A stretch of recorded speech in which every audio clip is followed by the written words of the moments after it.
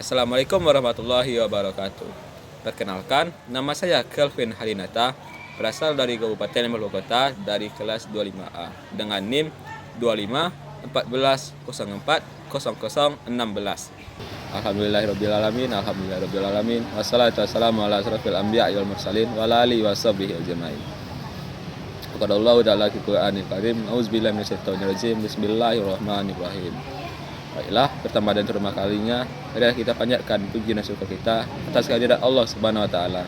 Yang dimana karena berkah dan rahmatnya lah kita bisa hadir pada hari ini. Baiklah, pada hari ini saya akan memulai pembahasan saya mengenai pembaharuan Islam di Minangkabau. Minangkabau merupakan wilayah yang unik dengan sistem matrilineal dan tradisi Islam yang kuat. Interaksi antara kedua kekuatan ini seringkali menimbulkan dinamika dan ketegangan yang melahirkan dua gelombang pembaruan Islam yang signifikan dalam sejarahnya. Gelombang pertama bersifat revolusioner dan militan, sedangkan gelombang kedua bersifat intelektual dan kultural.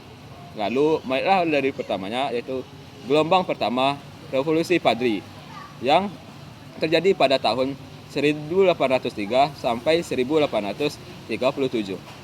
Revolusi Padri adalah gerakan politan Islam yang bertujuan memurnikan praktik keagamaan dan sosial masyarakat Minangkabau dari pengaruh adat yang dianggap menyimpang dari ajaran Islam. Latar belakang dari perang ini yaitu tiga tokoh haji dari Mekah sekitar tahun 1803, yaitu Haji Miskin, Haji Sumani, dan Haji Piobang, yang terinspirasi dari pahlawan Wahabi yaitu Puritan. Tokoh kunci yaitu Tuanku Nan Renceh, Tuanku Nakoto Tua, Tuanku Mesingan, dan yang paling terkenal adalah Tuanku Imam Bonjol. Tujuan awal dari perang ini adalah menerangi praktik-praktik yang dianggap bid'ah atau mengada-ngada, kufarat atau takayul, dan syirik yang menyekutukan Tuhan yang marak dalam masyarakat. Fokus gerakan ini yaitu menghapuskan perjudian, sabung ayam, penggunaan opium, dan minuman keras, melarang praktik-praktik adat yang tidak sesuai syariat seperti sistem matrilineal dalam hal warisan, di mana menekankan warisan untuk anak laki-laki sesuai farid. Lalu, mewajibkan pelaksanaan salat, puasa, dan kewajiban Islam yang lainnya. Kemudian, mengenakan pakaian putih seperti jubah dan sorban yang meniru gaya Arab, sehingga mereka dijuluki padri dari kata padre yang memiliki bahasa Portugis yaitu pendeta yang diucapkan oleh Belanda. Kemudian, gerakan padri gelombang kedua. Di situ terjadi perubahan karakter dari gerakan pembudayaan agama berubah menjadi gerakan politik dan militer untuk memperluas pengaruh. Konflik dengan kaum adat yang dipimpin oleh para penghulu dan datuk menolak gerakan padri kerana dianggap merusak ketatanan adat yang telah temurun-temurun dalam terjadi. Hal ini memicu perang padri di antara kaum padri dan kaum adat. Keterlibatan Belanda pada perang tersebut yang meminta bantuan sehingga perjanjian pada tahun 1821 yang menjadi titik balik di mana perang padri berubah menjadi perang melawan penjajahan Belanda. 3. Perang Padri yang terjadi pada tahun 1821 sehingga 1837. Pada awalnya, Belanda bersama sekutu kaum adatnya berusaha merebut benteng-benteng padri, yang dimana perang tersebut berlangsung dengan sengit. Kemudian, gencatan senjata terjadi pada 1825 sehingga 1830. Belanda menarik sebagian pasukannya untuk berkonsentrasi pada perang Diponegoro di Jawa. Masa ini dimanfaatkan padri untuk memperkuat diri, yang kemudian di fase akhir 1830 sampai 1837. Setelah perang Diponegoro berakhir, Belanda mengerahkan seluruh kekuatan untuk menumpas padri. Dengan strategi dan persenjataan yang superior, Belanda berhasil mendesak pasukan padri. Tuanku Imam Bonjol akhirnya ditangkap pada 1837 dan diasingkan, yang menandai berakhirnya perang padri. Kemudian, dampak revolusi padri terhadap adat Minangkabau.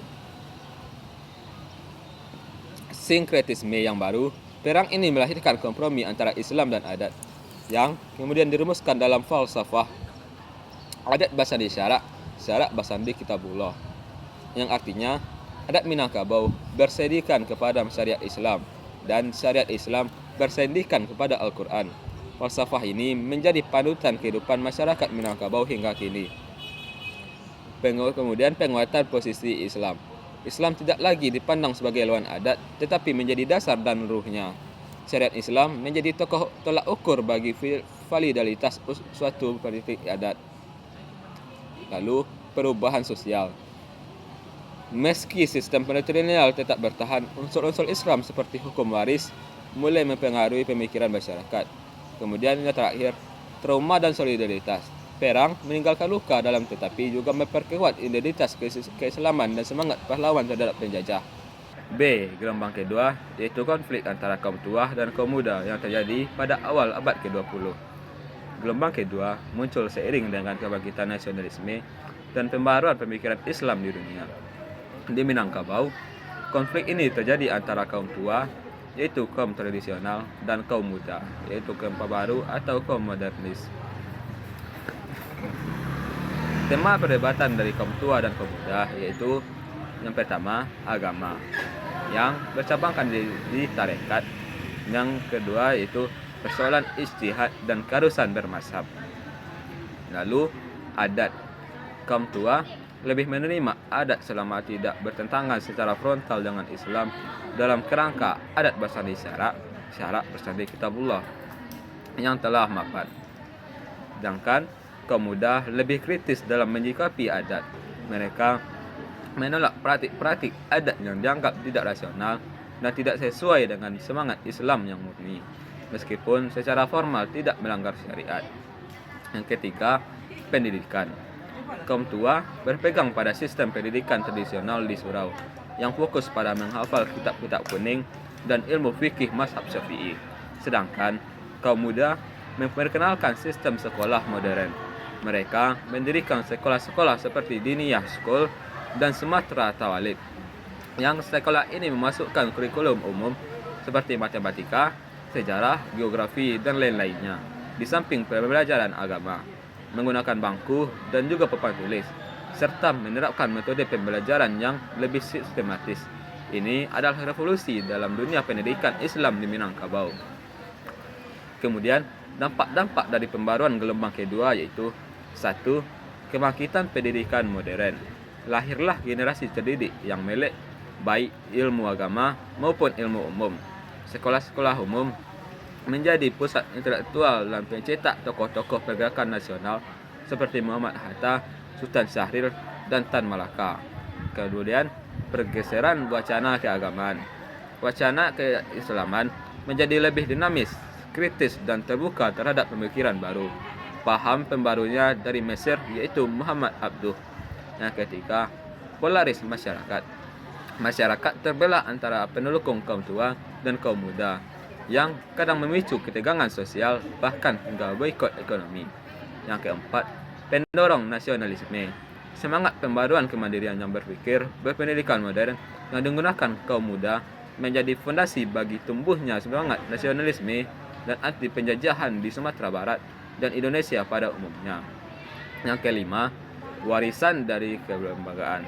Lembaga-lembaga pendidikan kaum muda berkembang menjadi perguruan tinggi Islam modern seperti Universitas Islam Tinggi atau IAIN yang masih berdiri hingga sekarang. Baiklah, sekian materi dari saya pada hari ini.